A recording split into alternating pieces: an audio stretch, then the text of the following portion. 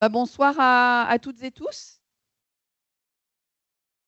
Allez, on se concentre, on se met un peu dans le sujet. Moi, je suis là juste pour introduire la conférence de ce soir. Merci d'être là. On a une entreprise qui nous est particulièrement chère hein, ce soir puisqu'elle a été fondée par des diplômés de l'école. Elle a été incubée. Alors, je vais vous demander juste d'éviter de parler. Parce que sinon, ça gêne tout le monde. Je vous remercie. Merci à vous. L'Inagora, donc c'est une entreprise qui a été complètement fondée par des étudiants du campus, qui a été incubée à IMT Starter à l'époque où ça s'appelait pas IMT Starter, dans les années, tout début des années 2000, 99-2000. C'est une entreprise qui est assez euh, emblématique de la proposition de valeur de nos deux écoles, de l'open source. Ça veut dire quoi? Ça veut dire des logiciels libres. On va beaucoup en entendre parler ce soir. Ça nous semblait être important de vous parler d'IA et particulièrement d'IA souveraine, étant donné l'impact de ChatGPT et des IA de GAFAM sur vos usages et sur aussi les usages dans les entreprises. Donc, j'ai le plaisir d'introduire Michel Marie-Maudet, qui n'est pas diplômé de l'école, mais on ne peut pas être parfait en même temps, qui est le directeur général de l'Inagora et qui va donc vous exposer comment comment arriver à obtenir une IA souveraine et de confiance pour les usages à venir. Merci à tous et je vous propose de l'applaudir. Merci Estelle. Bonjour et bonsoir à toutes et à tous. Donc effectivement, Michel Marie-Maudet. Alors moi, j'ai rencontré Alexandre Zapolski, qui est un des étudiants de l'école. Donc c'était fin 99. Et, bon, j'étais pas très loin. Hein. J'étais bien sûr pas sur le campus de l'INT à l'époque, parce qu'on appelait ça en fait l'Institut national des télécoms. Et j'étais militaire en fait à côté, donc sur la base aérienne de Bretigny, d'ailleurs je crois fermée depuis. Et voilà, c'est comme ça en fait que nous sommes rencontrés à Évry. Euh, Vous le voyez, Alexandre, là. Vous le voyez, en fait, on est tous les deux là sur la photo en train de jouer au rugby, puisque en fait, à l'époque, on jouait en universitaire aussi au rugby. Euh, Juste, voilà. Donc moi, ça, c'est donc je vous l'ai dit, j'ai eu une première carrière en fait de militaire jusqu'en 2000. J'ai fait de l'informatique au sein du ministère des Armées, en particulier dans l'armée de l'air. Et en 98, certains d'entre vous n'étaient pas forcément nés, mais en fait, je travaillais déjà et je mettais déjà en place en fait des serveurs et puis des technologies en fait open source au sein du ministère.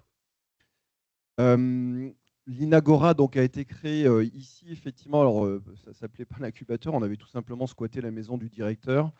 On avait piraté et hacké en fait cette maison qu'il n'utilisait pas à l'époque. Et effectivement, je pense qu'on doit pouvoir dire qu'on est une des premières sociétés à avoir été incubée en fait ici au niveau du campus. Donc 25 ans plus tard, donc c'est une société qui est donc un éditeur de logiciels open source. J'espère que tout le monde sait en fait ce qu'est l'open source, mais après vous allez voir, je vais vous poser quelques questions pour qu'on fasse un peu plus connaissance. On est à peu près 200 personnes, on est présent donc, dans 4 continents, sur les 4 continents. Et on a toujours travaillé sur la collaboration d'entreprise. Donc la collaboration d'entreprise, c'est tout simplement de faire en sorte de créer des alternatives à Office 365 ou à Google Workplace pour que dans les environnements les plus sensibles, dans les administrations ou dans les organisations en fait, sensibles et importantes de la France, on puisse utiliser des technologies plus souveraines, plus maîtrisées.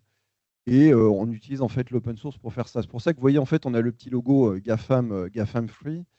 Et le but de mon intervention ce soir, c'est plutôt de vous parler d'IA générative, auquel bien sûr vous êtes tous confrontés, certainement soit pour vous aider en fait à faire vos devoirs, les productions documentaires, soit générer des images, peut-être ceux qui font de la créa musicale utilisent des modèles comme Suno ou d'autres plateformes.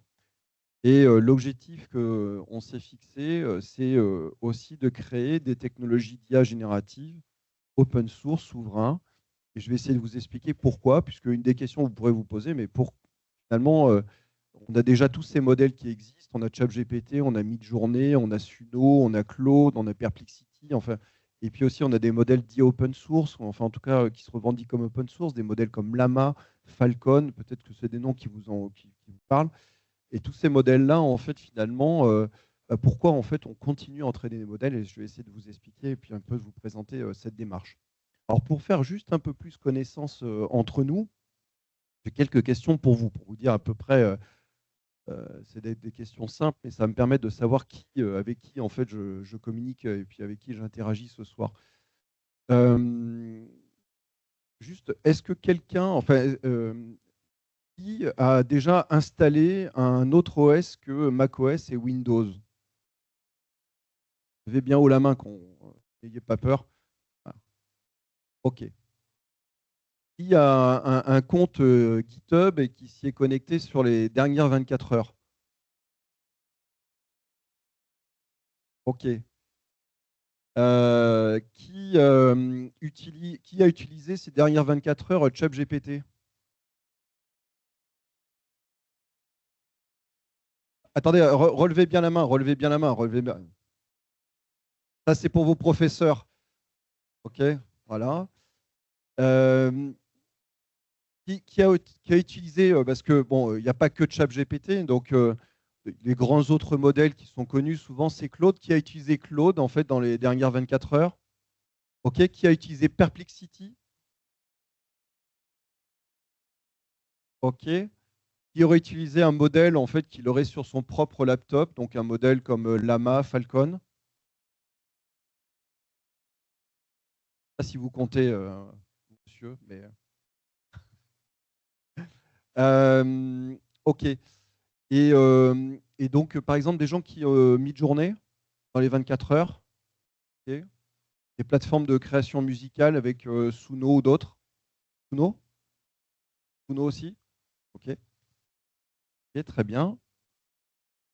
Qui joue aux échecs régulièrement, hein.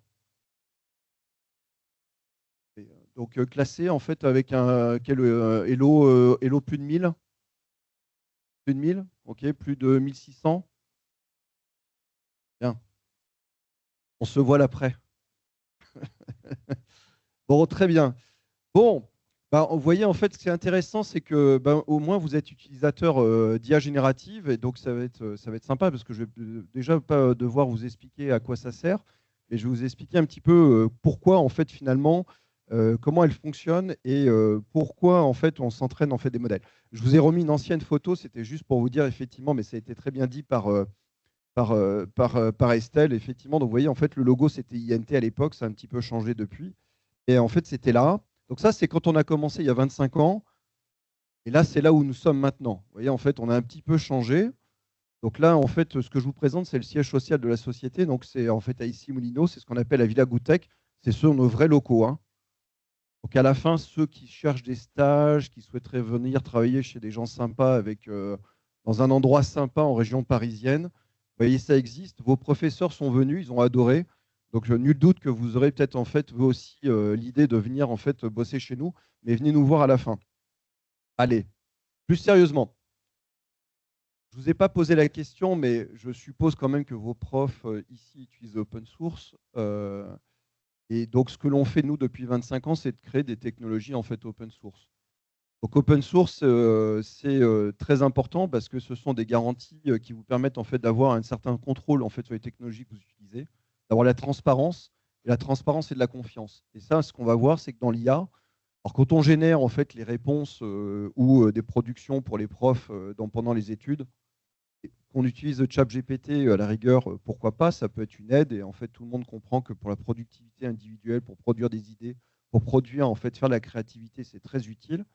Mais demain, si on se projette dans 5 ou 10 ans, quand ce sont ces mêmes algorithmes qui vont prendre des décisions sur votre police d'assurance, sur est-ce qu'on doit vous accorder tel crédit ou tel crédit, est-ce que en fait vous allez pouvoir souscrire à tel service parce que vous êtes défini comme ça ou parce que vos contenus que vous avez publiés sur les réseaux sociaux, en fait, ils sont orientés de telle façon ou telle façon.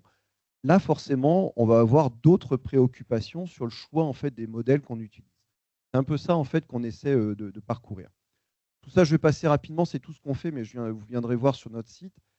Chose qui est particulier chez nous, je le dis aussi, puisque peut-être certains d'entre vous, après avoir fait euh, vos études et fini votre cycle, vous souhaiterez en fait travailler plutôt dans la recherche.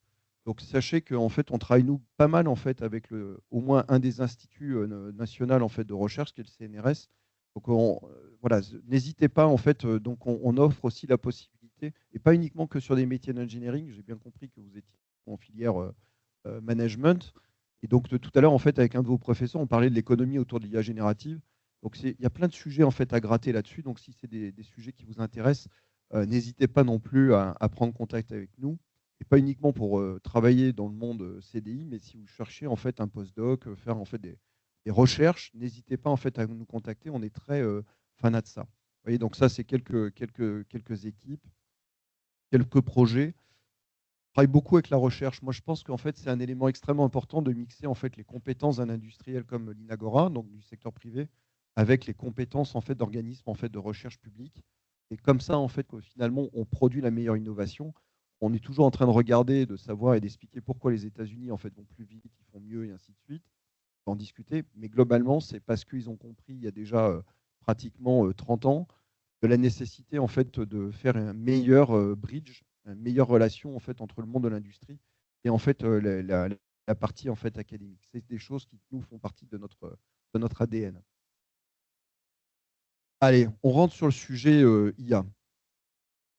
Voilà, je vais vous mettre en fait cette slide-là que j'adore en fait. J'utilise souvent parce que finalement, le problème auquel on va s'adresser et puis on va essayer d'adresser ce soir ensemble, c'est finalement quel futur en fait numérique ou quel futur digital on souhaite demain. Alors je sais que vous êtes dans la génération plutôt, alors je change mon discours, hein, il y a quelques années, la génération Facebook, mais vous n'êtes plus génération Facebook, vous êtes plutôt génération des Insta, des TikTok, des WhatsApp, en fait, comme mes propres enfants. Et donc, effectivement, vous n'avez pas connu en fait ce qui était le numérique avant. Donc, on ne peut pas vous reprocher d'être orienté. Mais si on se projette là aussi, c'est qu'aujourd'hui, et ça a été très bien démontré, il y avait une enseignante, une chercheuse, en fait, tout à l'heure, qui intervenait dans le cadre des réunions que j'avais juste avant, qui disait que 80% des services qu'on utilise en fait quand vous allez sur Internet, plus de 80% des sites que vous contactez et qu'on consulte sont hébergés par des entreprises en fait qui sont situées aux États-Unis. 80%. Et même quand vous allez voir des sites français, souvent c'est hébergé sur des plateformes en fait américaines. Donc vous le savez, je pense que vous, dans vos cours d'économie, vous avez ça, mais donc effectivement, tout ce qu'on appelle le Cloud Act, les lois en fait d'extraterritorialité, fait que en fait, effectivement, à partir du moment où en fait, il y a un lien d'appartenance sur un data center, ainsi de suite, avec une entité en fait américaine, la loi en fait permet en fait aux organismes en fait américains de pouvoir regarder en fait les données. Je pense qu'aujourd'hui, quand c'est votre site web perso, votre blog ou les photos de vos vacances, ça ne vous pose pas de problème. Quand c'est les plans d'une centrale nucléaire, quand en fait c'est les politiques d'orientation générale en fait de la France et ainsi de suite, on peut quand même légitimement se poser la question, est-ce que ça c'est bien logique et normal que tout ça soit hébergé en fait sur les infrastructures qu'on ne maîtrise pas et qui sont sous en fait finalement une forme de contrôle en fait de pays et de puissances étrangères. Et dans le domaine de l'IA, en fait, c'est extrêmement important puisque finalement, au-delà d'être un sujet technologique, l'IA, ça va être un des moyens demain de faire de la géostratégie, de la géopolitique en fait au niveau mondial. Et, et aujourd'hui, si on laisse faire les choses, le fait qu'on utilise tous en fait ChatGPT, qu'on utilise Claude, ça fait qu'en fait on est en train de se formater à une culture qui n'est pas forcément la nôtre. Pourquoi? C'est que vous regardez quelques chiffres. Donc pour ceux qui utilisent Llama, il y en avait au moins un, je crois, en fait, qui a levé la main, en tout cas sur les modèles inférés. Et ce qui est important de retenir, c'est que tous ces modèles, ils ont des préférences. Et la première préférence qu'ils ont, c'est qu'ils sont entraînés massivement sur des données américaines, donc anglophones. Donc là, ce que vous avez à droite, en fait, c'est les données d'entraînement d'un modèle qui est Llama. Donc vous voyez donc, hein, c'est un tableau qui donne la répartition des langues qui sont présentes dans le modèle. Donc si vous voyez en fait le français ou l'allemand, en fait, on représente moins de 1% des données d'entraînement de ces modèles. Alors vous pourriez dire oui, mais c'est pas très important puisque finalement, quand on parle anglais, on retrouve des formes grammaticales, des formes de mots qui sont assez proches du français. Et effectivement, il y a toute une théorie qui dit si un modèle il parle bien anglais, il est capable de bien parler français. C'est vrai, on va rentrer dans le détail. Et globalement, c'est que la langue, c'est beaucoup plus que la forme de communication qu'on a. C'est aussi ce qui nous définit nos valeurs, ce qui définit en fait nos préférences, c'est ce qui définit notre culture. Et donc finalement, derrière ça, derrière en fait l'IA générative, il y a un vrai sujet civilisationnel et de choix de société. Alors pour illustrer ça, quand on parle, parce que quand vous générez les réponses en fait aux devoirs que vous rendez en fait à vos profs, alors, ils doivent utiliser comme des outils pour percevoir en fait si vous avez utilisé l'IA générative. Et quand même si ça se voit assez vite finalement, hein, ce qui a été généré par un chat GPT, même par Claude, on le voit assez vite parce que les formules grammaticales, les mots qui sont utilisés ne sont pas en fait et ne représentent pas la richesse de la langue française. Et c'est vrai que sur la langue, c'est difficile parce que globalement, un peu dans le phénomène du globish et un peu de la globalisation, on s'autorise. Et puis ici, en fait, je suis persuadé qu'on n'est pas tous. Il y a plusieurs nationalités qui sont représentées. Donc effectivement, on n'a pas besoin d'avoir étudié le français pendant 15 ans en fait, pour pouvoir communiquer. Et heureusement. Et pour illustrer en fait ces problématiques, j'utilise quelques exemples qui sont assez intéressants. Je vous mets au défi, vous savez que maintenant avec ChatGPT, pour ceux qui ont les abonnements, vous pouvez utiliser, vous savez, les modèles d'image. Hein, donc, c'est un Midjourney qui est connecté. Et donc, je vous mets au défi de générer en fait avec ChatGPT, donc le modèle le plus avancé, le 4 roues, une maison qui ressemblerait en fait à une maison que vous trouveriez ici à Évry ou une maison qui se retrouverait en fait dans le nord de la France, à Arras. C'est strictement impossible. Si vous dites à ChatGPT, dessine-moi en fait une maison. Alors là, ici, j'ai bien sûr mis que la première itération du prompt. Mais même si vous dites, je veux une maison pour une famille de 5 personnes qui ressemblerait avec un jardin, ainsi de suite, vous allez voir que vous allez tomber sur des maisons qui ressemblent franchement à des villas en fait californiennes et pas des maisons qu'on retrouve en fait en France et en Europe. Pour des laptops, hein, vous pouvez tester en direct. Hein, et si vous arrivez à me faire générer une maison, si vous savez générer une maison, dites-moi comment vous avez fait. Vous allez avoir beaucoup de mal. Pourquoi? Parce qu'en fait, tout simplement, dans les données d'entraînement qui ont été utilisées pour entraîner le modèle, tout simplement, il n'y a pas de photos qui ressemblent à des maisons en fait ici en Europe. Donc ça pose quand même un problème parce que quand on pose des questions ensuite, donc ce que vous avez sur la droite, là, je pose la question de savoir quel est le premier micro-ordinateur qui a été disponible en fait sur le marché. Et donc un modèle en fait qui a été entraîné massivement sur des données anglaises, il vous répond en fait une machine, donc qui est l'Altair 8080. Et effectivement, une machine qui est à peu près apparue dans les années 70, ça doit être en 74 si je ne me trompe pas.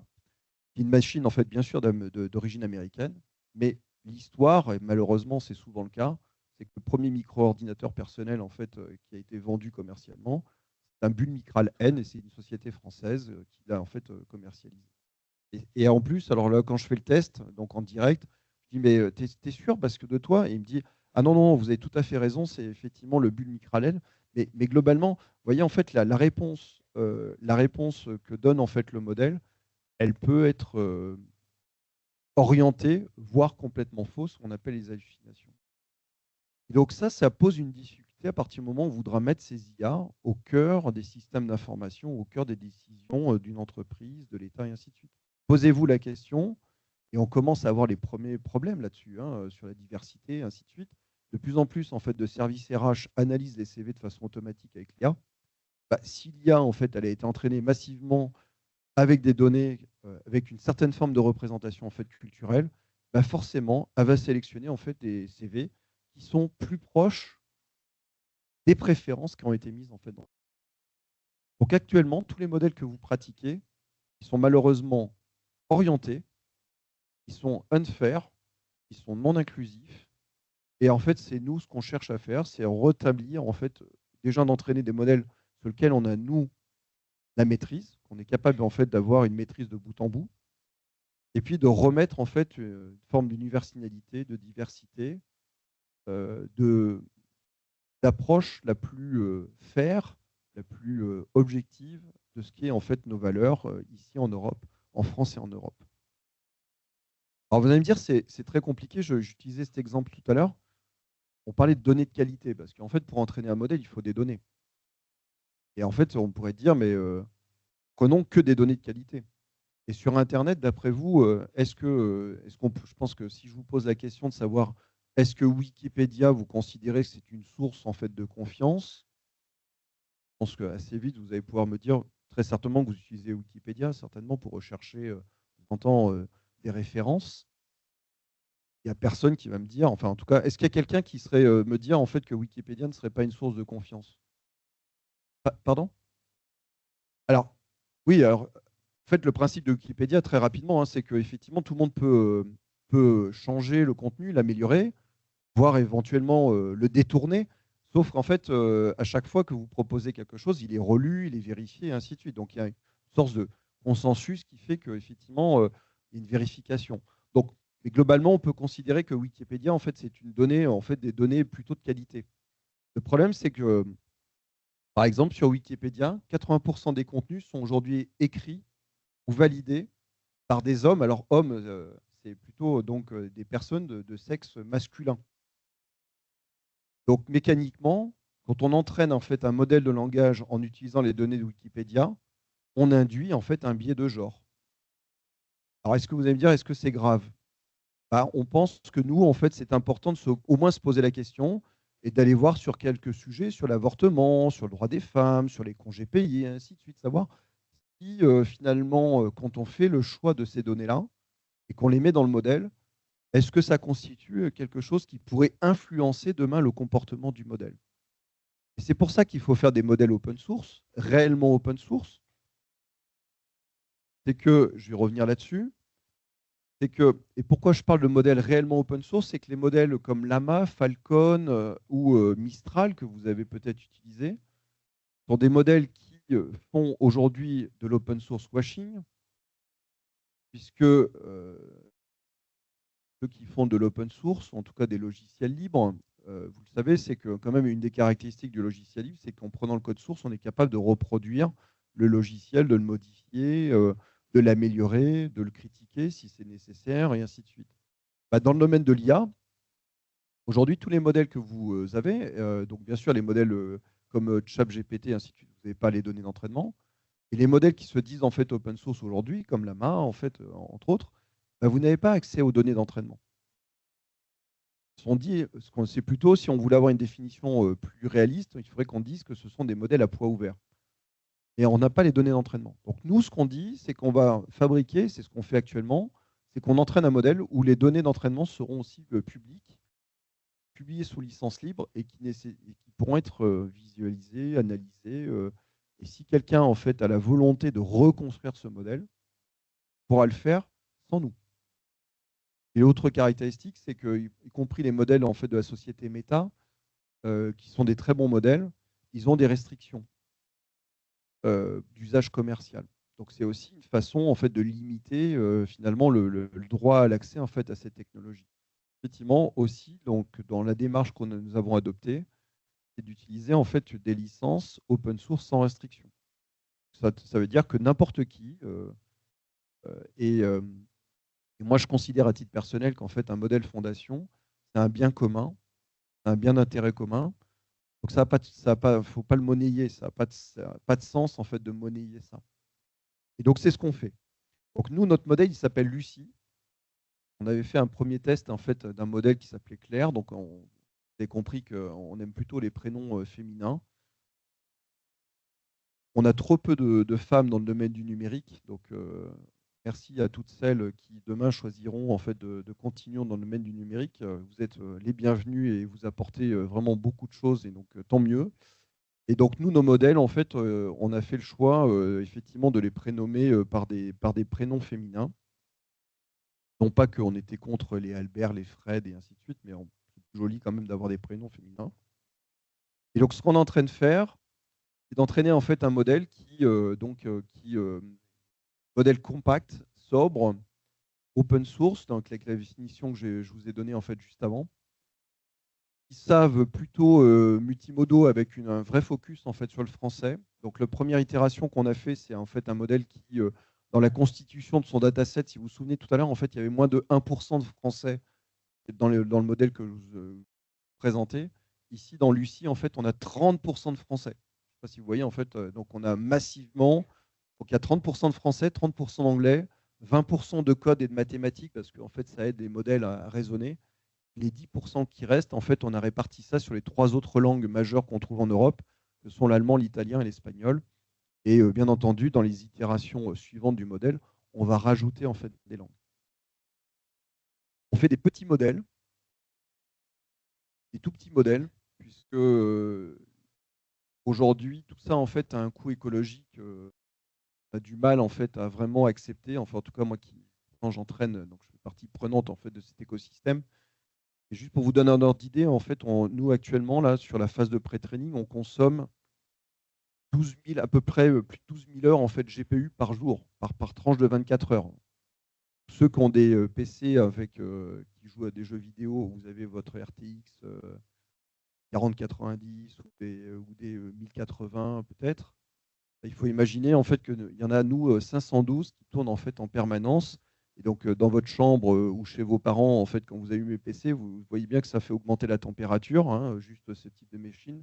Donc, imaginez en fait quand elle tourne 24 heures et que vous en avez 512, l'impact que ça peut avoir. Donc on essaie de faire des plus petits modèles de façon à ce qu'en fait, ils sont moins consommateurs en termes d'énergie et surtout quand on les utilise en fait au quotidien, qu'on puisse les utiliser sur des infrastructures qui ne nécessitent pas ces fameuses cartes GPU dont vous entendez parler et donc qui puissent être exécutées sur des PC que vous utilisez tous les jours ou demain sur des téléphones, puisque c'est quand même ça en fait qu'on veut, c'est de pouvoir utiliser l'IA aussi sur son téléphone sans utiliser d'autres infrastructures. Donc on fait ça avec une communauté. Donc pour ceux qui ont des comptes GitHub et qui s'intéressent à l'open source, vous allez qui s'intéressent bien sûr à participer en fait à une initiative comme la nôtre. Je vous invite en fait à nous rejoindre. Donc il suffit de taper OpenLM-France ou OpenLLM-Europe. Vous allez nous trouver en fait sur Internet. Et donc il y a un serveur Discord et donc vous pouvez rejoindre cette communauté qui permettra de suivre en fait ce que l'on fait, les travaux et globalement tout ce que je vous ai présenté auparavant. Juste les cas d'usage parce que globalement c'est très bien de faire des IA, d'entraîner des modèles. Je pense que est-ce que c'est clair? Est-ce qu'il y a des questions déjà sur tout ce que j'ai dit? Ouais, c'est clair. Et vous comprenez l'intérêt de notre démarche ou pas? Ouais. Alors il y a une question quand même. Ah voilà. Bon. Excellente question. Merci. Donc je la reformule. Pourquoi en fait, je vais essayer de la. Pourquoi vous faites ça? Pourquoi on entraîne un modèle? Alors, première chose, donc, ce que j'ai dit, c'est que ce qu'on cherche à faire, c'est à corriger en fait, les biais ou les préférences en fait, des modèles qui aujourd'hui proviennent à plus de 90% en fait, des États-Unis. Première chose. Deuxième chose, on fait des modèles plus petits. Aujourd'hui, y compris peut-être certains d'entre vous payent en fait, la souscription pour utiliser la ChatGPT en fait, Premium. Et vous l'avez vu dans la presse, ils viennent de refaire en fait, une levée monstrueuse. Et malgré cette levée, ils ne gagnent pas d'argent. Pourquoi? Parce qu'en fait, aujourd'hui, pour que vous puissiez en fait utiliser ces modèles, les coûts en fait d'infrastructure, d'énergie, ainsi de suite, sont colossaux. Et donc, les gros modèles que sont ces modèles, en fait, on ne peut pas les exploiter correctement en Europe. On ne peut pas les exploiter en fait dans les entreprises ou dans une organisation. Donc, il faut qu'on fasse des modèles plus petits, plus compacts, plus sobres. Et puis, dernier point, c'est qu'aujourd'hui, alors peut-être que je n'ai pas été clair, mais je vais essayer de le réexprimer d'une autre façon, c'est aujourd'hui, on dépend à 80% pour les services Internet, pour les services cloud, en fait, des solutions en fait, américaines. Est-ce que c'est un problème? C'est un problème, ce n'est pas un problème tant que nous sommes copains avec les Américains et qu'on a encore les moyens de se payer en fait, ces technologies-là. Donc c'est vrai que vous, la pratique du numérique, tout ce que les services que vous utilisez au quotidien, en fait, ils sont gratuit, parce que vous le savez, c'est vous qui êtes le produit, puisque en contrepartie, vous donnez beaucoup de vos données et ainsi de suite. Et les mondes des entreprises, on ne peut pas fonctionner comme ça. Donc, par exemple, vous allez apprendre quand vous allez passer de l'autre côté de la frontière et que vous serez en fait dans le monde professionnel, bah, vous allez vous apercevoir que pour utiliser une suite bureautique, il faut payer. Et qu'actuellement, depuis 2020, en fait, les souscriptions, par exemple, à une suite bureautique comme Office 365, pratiquement tous les ans, Microsoft augmente ses prix entre 15 et 25%. Donc, jusqu'à quand on va être capable, nous, Européens, de payer ces coûts en fait, pour accéder à ces technologies-là? D'autant plus que si, on le sait bien, le futur il va être façonné par l'IA générative. Nous-mêmes, nous ne sommes pas maîtres de l'IA générative. Ça veut dire qu'on ne produira plus de contenu. Donc, qu'est-ce qu'on aura à payer, enfin, qu'est-ce qu'on aura à vendre en termes de production ailleurs pour générer des revenus pour utiliser ces technologies-là? Ça clarifie? Alors non, non, non, on n'est pas les seuls. Il y a donc il y a des acteurs industriels. Donc il y a une société en fait en Europe. Vous avez forcément entendu parler puisque c'est Mistral. Donc Mistral en fait essaie d'entraîner en fait des modèles aussi avec une orientation plus européenne. Le sujet, c'est que je pense que la démarche que nous avons de transparence et de faire un modèle 100% open source avec les données aussi d'entraînement complètement ouvertes, ça c'est assez singulier. Et on pense que c'est une contribution assez forte qu'on va avoir au monde de la recherche et au monde en fait économique, c'est de pouvoir apporter une boîte blanche, donc quelque chose, une technologie que ceux qui peuvent et ceux qui auront l'intérêt de le faire vont pouvoir analyser. Et juste avant, avec un de vos professeurs qui travaille sur l'explicabilité en fait, des modèles et comment en fait, on peut créer de la confiance vis-à-vis de l'IA générative, bah, lui, il est très intéressé par ces travaux-là, puisque en fait, aujourd'hui, les modèles qu'on pratique, on ne connaît pas, c'est des boîtes noires. Donc, c'est aussi ça qu'on cherche à faire, c'est aussi d'apporter une technologie qu'on maîtrise de bout en bout. Si je le reformule comme ça, c'est plus clair. Est-ce que j'ai réussi à te convaincre que c'était nécessaire de le faire ou pas? D'autres questions? Donc, sur les cas d'usage, alors pourquoi on le fait après? Parce que c'est très bien d'entraîner un modèle, mais un modèle, ça ne sert pas à grand-chose si on ne le met pas en opération. Donc, concrètement, un des sujets qu'on adresse, c'est les systèmes qui ne sont pas connectés à Internet. Peut-être que ça vous paraît, vous, complètement fou et abscon, mais il y a en fait des systèmes qui aujourd'hui ne sont pas connectés à Internet ou qui nécessitent une forme d'autonomie. Alors bien sûr, c'est des sujets qu'on n'aime pas trop forcément évoquer, qui ne sont pas les plus populaires, mais par exemple les forces armées, bah, quand les forces spéciales elles sont sur le terrain, elles n'ont pas Internet avec elles. Et pourtant aujourd'hui, bah, y compris en fait, un opérateur des forces spéciales, il a besoin en fait, d'avoir en fait, de l'IA en fait, sur lui. Donc là, bah, il faut fabriquer des systèmes qui soient non connectés à Internet. Donc là aussi, de faire des modèles plus petits, qu'on maîtrise, on sait ce qu'il y a dedans, bah, ça va permettre, par exemple, en fait, à donner ces moyens-là, pour pas faire des armes automatiques pilotées par l'IA, mais par exemple pour faire de la reconnaissance, pour faire une des premières applications qui a été mise à disposition en fait, des opérateurs des forces spéciales, par exemple, c'est un traducteur. Quand on est sur un pays étranger ou qu'on en fait, on est dans un théâtre d'opération, on est obligé de communiquer avec des Grecs, des Allemands, des Américains. Bah, souvent, parfois, même si maintenant il y a une langue anglaise qui s'impose, bah, parfois c'est intéressant de pouvoir pratiquer dans la langue en fait, du participant ou des habitants dans le pays où en fait, on est en train d'opérer. Donc ça a nécessité donc le Google Translate ou DeepL que vous devez utiliser. Ben, en fait, les forces armées, ils ont la même chose, mais en fait sur un téléphone, un dispositif de façon complètement déconnectée, avec des modèles, là aussi, open source et souverains. Donc, premier cas d'usage, c'est sur les systèmes sensibles ou ceux qui sont déconnectés d'Internet. Deuxième chose, c'est le monde de l'éducation. Pourquoi? Parce qu'en fait, effectivement, il me semble que dans ce qui devrait être les écoles, ce qui devrait être les universités, hein, qu'elles soient de France, européennes ou même aux États-Unis, bah, ça serait bien en fait d'avoir encore plus d'inclusivité, un peu plus en fait, de diversité. Et forcément, bah, quand on a des modèles qui sont orientés, bah, forcément, ça limite cette diversité et l'accès à la technologie. On pense qu'effectivement, en traitant et en donnant ces technologies ouvertes, transparentes au monde de l'éducation, on œuvre en fait pour le bien et ça donne en fait aussi, ça vous permet de pratiquer des technologies pour aussi vous influencer demain quand vous serez face en fait à des choix de technologie ou d'utilisation de solutions ou dans les opérations marketing, puisque après vos formations vous amènent en fait à différentes carrières. Mais je pense que si on commence par éduquer ou sensibiliser, acculturer en fait au plus jeune âge sur des modèles qui sont plus divers, bah forcément on crée des sociétés qui soient beaucoup plus bienveillantes d'une façon en fait générale. L'autre domaine, c'est tout ce qui est système multimodaux. Qui a regardé Netflix durant les dernières 24 heures? Levez la main. Donc sur ceux qui ont levé la main, en fait, baissez la main si vous avez regardé uniquement en français. Ok, donc tout le monde regarde en fait les versions en fait américaines, enfin anglaises, parfois avec le sous-titre. Ouais, avec le sous-titrage certainement. Bah, sachez que par exemple, donc tous les sous-titres aujourd'hui de Netflix sur la langue française et la langue américaine utilisent nos technologies. Alors, je vais attendre parce que là, je sens que j'ai animé en fait le sujet avec Netflix. Ouais, donc je disais en fait, voilà, quand vous activez le sous-titrage en fait dans Netflix, en fait c'est une société française qui fait ça, qui s'appelle Titrafilm. Cette société en fait, elle est spécialisée dans les sous-titres depuis une centaine d'années. Hein. C'est une boîte qui est centenaire et elle utilise nos technologies pour faire ça. Donc en fait, quand vous utilisez en fait les sous-titrages de Netflix, c'est en fait nos technologies qui sont utilisées.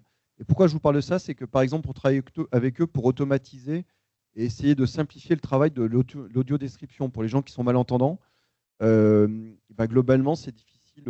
Enfin, aujourd'hui, ce sont en fait des gens qui sont obligés de regarder ces contenus, de générer en fait ces contenus. Hein, vous savez, les audio-descriptions, et donc les messages qui apparaissent. Je ne sais pas si vous l'avez activé une fois sur vos téléphones ou sur vos télés, pour ceux qui ont encore des télés. Mais en fait, vous avez une description des scènes, qu'est-ce que disent les acteurs et ainsi de suite. Et donc ça, en fait, aujourd'hui, c'est des humains qui font et c'est un travail assez harassant à faire. Et donc, on travaille, par exemple, pour automatiser en fait la génération des audio-descriptions en fait sur les contenus. Donc là aussi, on travaille dans le domaine de l'inclusivité. Et puis, on travaille aussi dans les sujets de l'âme. Vous verrez ça, en fait, ceux qui regardent les sujets d'IA, vous avez peut-être vu entendre parler de ça, puisque globalement, l'IA aujourd'hui, c'est très bien, ça vous permet de générer des contenus. Mais demain, l'IA va piloter en fait des systèmes. Et donc, on va passer ce qu'on appelle les LLM, donc les Large Language Models, en fait, aux Large Action Models. Donc, c'est des modèles qui vont être capables en fait d'interagir avec le monde réel. Bon, on ne sait pas trop. Certainement, vous avez vu depuis samedi les vidéos là, du Sukhoi qui a abattu ce fameux drone en fait russe. Hein, et on ne sait même pas trop si effectivement, si ce drone, ils l'ont perdu de contrôle, et donc certainement piloté en fait par des systèmes d'IA. On voit bien toute la difficulté qu'on a à ça, mais aujourd'hui, dès à présent, on commence à avoir des modèles qui permettent de piloter en fait des systèmes. Tout ça, je vais passer. Et puis effectivement, voilà, donc juste un petit point. Oui, oui, je termine juste là-dessus. Vous parlez un peu de la. Ça, c'est les éléments, puis comme ça, je vais garder cette planche-là pour prendre vos questions. Vous savez à peu près aujourd'hui combien ça consomme en fait une requête sur ChatGPT en fait en consommation d'eau? Non, personne n'a une idée? Globalement, toutes les 10 requêtes en fait sur ChatGPT, c'est 1 litre d'eau que vous consommez. Donc je pense que. Pardon? 1 litre d'eau. Pardon? Pour une dizaine de prompts que vous faites sur ChatGPT, c'est à peu près une dizaine de litres d'eau. Tout ça est documenté, hein, ce n'est pas en fait des chiffres. Donc si vous regardez depuis les investissements de Microsoft en fait dans OpenAI et dans l'IA, vous savez que maintenant les entreprises elles ont l'obligation de publier leur politique responsable et environnementale, et donc on est obligé, l'Inagora produit aussi ces chiffres d'impact sur l'écologie et sur l'environnement. Et donc entre 2021 et 2022, hein, quand Microsoft a accéléré en fait sur l'IA, globalement, si vous regardez hein, ce chiffre que vous voyez en fait en barre à droite, donc la consommation d'eau mondiale de Microsoft a augmenté à peu près 34% pour atteindre à peu près, je crois, c'est un peu plus de 6 milliards d'eau. Donc ça, il n'y a pas de secret. Hein. C'est les data centers qui ont été utilisés pour entraîner des modèles comme OpenAI et ainsi de suite. Donc en fait, ça a un impact extrêmement important. Et entraîner ChatGPT, je crois que j'avais mis ce chiffre-là, hein, pour entraîner la version 3 hein, de ChatGPT. Je prends la question juste après, et puis on terminera là-dessus. c'est à peu près en fait l'équivalent d'une consommation de à peu près 300 foyers en fait ici en Europe pour entraîner une version du modèle. Alors n'oubliez pas que ChatGPT, il y a eu le 3, il y a eu le 4, il y a eu le 4.5, maintenant il y a le 5, il y a le GPT-O, il y a le O-Review. Donc on voit en fait l'impact que ça peut avoir et d'où la nécessité, je rebondis sur la question qui m'a été posée tout à l'heure, de faire des modèles beaucoup plus sobres et compacts. Alors il y avait une question. Oui. Donc en fait, il y a des papiers de recherche qui ont donné des mesures étalons. Donc, qui disent en fait pour une heure GPU dans tel type de data center, en fait voilà l'impact que ça a en termes de consommation électrique et en termes d'eau. Et ensuite au moment de l'entraînement, donc nous là actuellement, donc l'entraînement de Lucie est en cours, donc on finira dans un mois. Toutes les 24 heures, on prend des photos en fait de l'évolution de notre modèle, on s'en sert pour faire des évaluations, ainsi de suite. Je ne vais pas rentrer dans le détail, enfin, sauf si vous avez des questions là-dessus. Et on mesure aussi à chaque fois quelle consommation électrique, quelle dissipation thermique. En fait, on a des capteurs en fait, au niveau de la chaîne de production du modèle qui collectent ces données. Alors là, je parle au moment de l'entraînement. Mais donc, si vous voulez savoir, en fait votre consommation, il y a quelque chose qui va être mis en ligne. Alors, ça doit être même maintenant public. Je vais essayer de voir si c'est peut-être pas. Mince. Si, voilà. Vous pouvez noter cette URL, donc là, compareia.beta.gouv.fr. Cette plateforme, elle est intéressante parce que on peut faire le test. Regardez, hop, on va le faire ensemble. Tac. Donc c'est un service, qui a été construit par le ministère de la Culture. Et ce service, en fait, il est là pour éduquer les gens sur effectivement l'utilisation des modèles, sur les biais et sur la consommation, en fait, que tout ça. Donc justement, donc là, le principe, c'est qu'on va lui poser une question. Vous allez avoir deux réponses. Vous ne savez pas, en fait, les modèles qui vont vous répondre. Donc ça peut être ChatGPT, ça peut être d'autres modèles, vous ne savez pas. Et en fait, vous allez en fait choisir une version de la réponse qui vous paraît la plus cohérente avec ce que vous attendez. Et à la fin, on vous dit quel modèle c'était. Et si vous allez au bout du processus, alors je ne sais pas pourquoi je suis connecté pourtant, mais ce n'est pas super rapide. Vous pourrez tester. Et donc à chaque fois, donc à la fin de l'évaluation, ça prend 30 secondes, hein, c'est très rapide à faire. Et donc vous avez en fait aussi la consommation, une évaluation de la consommation pour vous dire voilà quel impact vous avez eu en faisant cette discussion-là. Donc ça, c'est vachement intéressant. Donc compareia.beta.gouv.fr. D'autres questions? Bon, ouais, voilà. Ah si, peut-être. Voilà. Tac. Voilà. Expliquer le concept de l'équité en éducation en utilisant. Voilà. Donc, j'ai pris un exemple, hein, c'est juste pour vous montrer. Vous voyez, donc là, je pose une question. Vous pouvez changer les questions, vous pouvez poser les vôtres. Hein, ça marche comme ChatGPT, hein, c'est une invite de prompt. Vous voyez, donc en fait, il vous propose les deux réponses. C'est un modèle qui est a priori plus rapide que l'autre, en tout cas. Donc, je vais le laisser produire. On ne va pas tout. Donc, je considère que j'ai lu les deux réponses. Comme je n'ai pas très lu, je vais dire que les deux réponses se valent. Les deux, elles ont été utiles, peu importe. C'est ça qui va vous intéresser. Voilà. Donc, pour répondre à la question, donc là, j'ai lancé un prompt. Je lui ai dit, donc il m'a généré les deux réponses. J'ai dit que les deux modèles m'allaient. Voilà, parce qu'on fait ça vite. Donc la première réponse, elle était sur Gemini 1.5 et l'autre, c'était aussi un modèle Google, c'était sur le Gamma 2. Et globalement, la petite discussion qu'on vient d'avoir, eh ben, avec le modèle Gemini 1.5 Pro, ça a consommé donc 812 tokens et c'est à peu près 66 grammes de CO2. Ça correspond à peu près à 2 heures de vidéo en fait sur YouTube. Ils ont mis des indicateurs pour se représenter l'impact que ça avait. Et pareil, en fait, là, sur l'autre modèle, on voit qu'il est plus consommateur. Si on regarde uniquement pour se donner une représentation de la consommation, c'est comme si, juste, hein, vous avez fait un prompt et 30 minutes d'éclairage. Donc vous comprenez pourquoi aujourd'hui OpenAI, même quand il vous fait payer en fait 20 dollars par mois, il ne gagne pas d'argent parce qu'en fait c'est ultra, ultra, ultra consommateur. Donc voilà. Exemple, comparia.beta.gouv.fr. Est-ce qu'il y a d'autres questions? Je repose la question pour que tout le monde l'entende. effectivement, la question, c'est de savoir est-ce qu'il y a une opportunité finalement en France où l'énergie, on est plutôt efficient, on est plutôt efficace à fabriquer des modèles qui soient effectivement plus performants aussi d'un point de vue de la performance énergétique. Donc moi, c'est clairement en fait un des axes de nos travaux. Et souvent, ce que je dis, je ne sais pas si vous avez vu, en fait, OpenAI a lancé là récemment là, pas mal de choses. Donc, vous avez certainement vu là, il y a 2-3 jours la Canva fonctionnalité, mais il y a 15 jours, ils ont, ou 3 semaines, ils avaient réalisé un modèle qui s'appelle O1. Je ne sais pas si vous avez testé pour certains. Qui est un modèle qui implémente ce qu'on appelle donc, la chaîne de pensée. Donc, c'est des modèles qui cherchent en fait à essayer de se rapprocher d'un raisonnement humain, même si on en est très loin aujourd'hui.